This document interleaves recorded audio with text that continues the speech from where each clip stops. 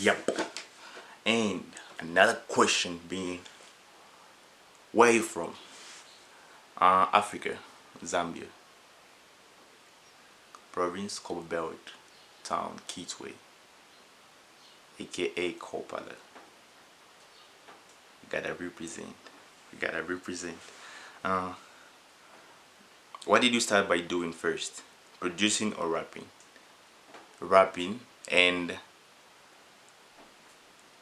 because I was rapping, I couldn't afford beats, so I had a friend who used to beatbox. Okay, it was rapping then producing. Yeah, rapping then producing. Because I could rap now. I needed to translate my music through beats, and most of the guys didn't want to make the type of beats I wanted.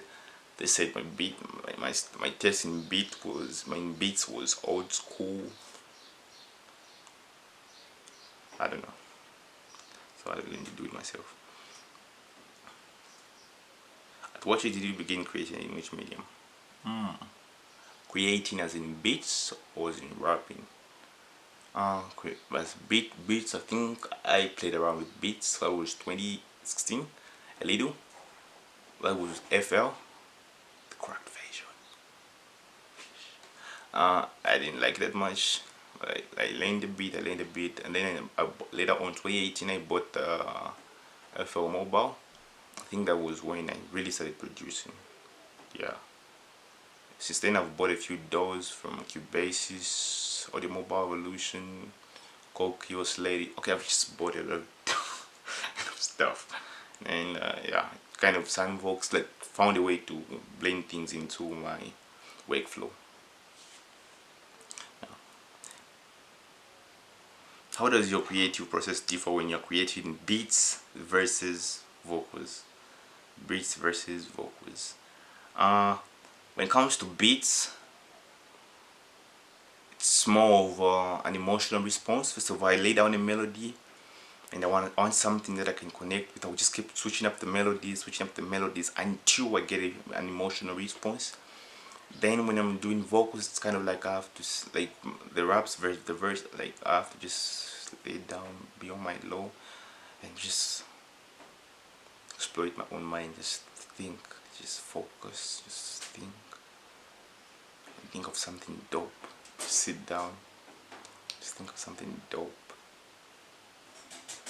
Yeah. Yeah, inspiration. The process of being mentally stimulated to do or feel something, especially to do something creative.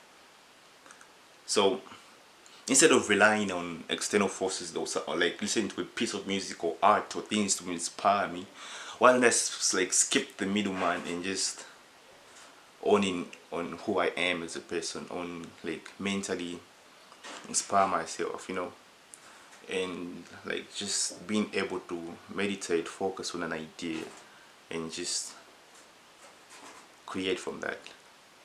So basically, I no longer actually have to rely on external things to get inspired, because I actually have reached a certain level of mastery, of understanding maybe, that kind of allows me to create my own inspiration. Yeah, to alter my own emotions, really. Yeah, there's that. So what's next for you? The sky is the limit. The sky is the limit. Nah, the sky ain't the limit. That's the starting point. From here,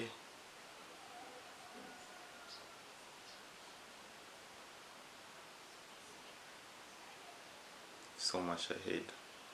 For me, it's not always about having a plan, but an end goal. Because most of the plans I've had have failed.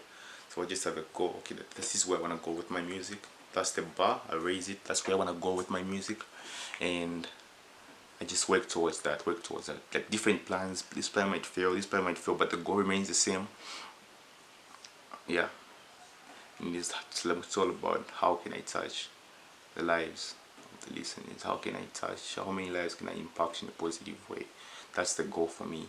And different plan might change over every now and then. The plan might change, and also I've always wanted to I want to be a big part of music. Just as an artist or as a producer, but also maybe I might venture into the tech world. I don't know. Like I've always been passionate about the tools I use, the softwares I use. Like currently producing, like and I've produced all my beats, like all the beats that I've made, since like 2018. Like okay, 95% of the beats I've made since like 2018 on my mobile phone, and I'm still making my beats on my mobile phone. Yeah, like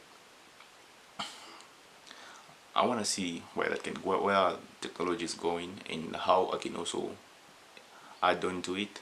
Like as an artist, as me as a musician, uh, for me it's not all about what I can gain from the music, but what I can add to the music. How can I impact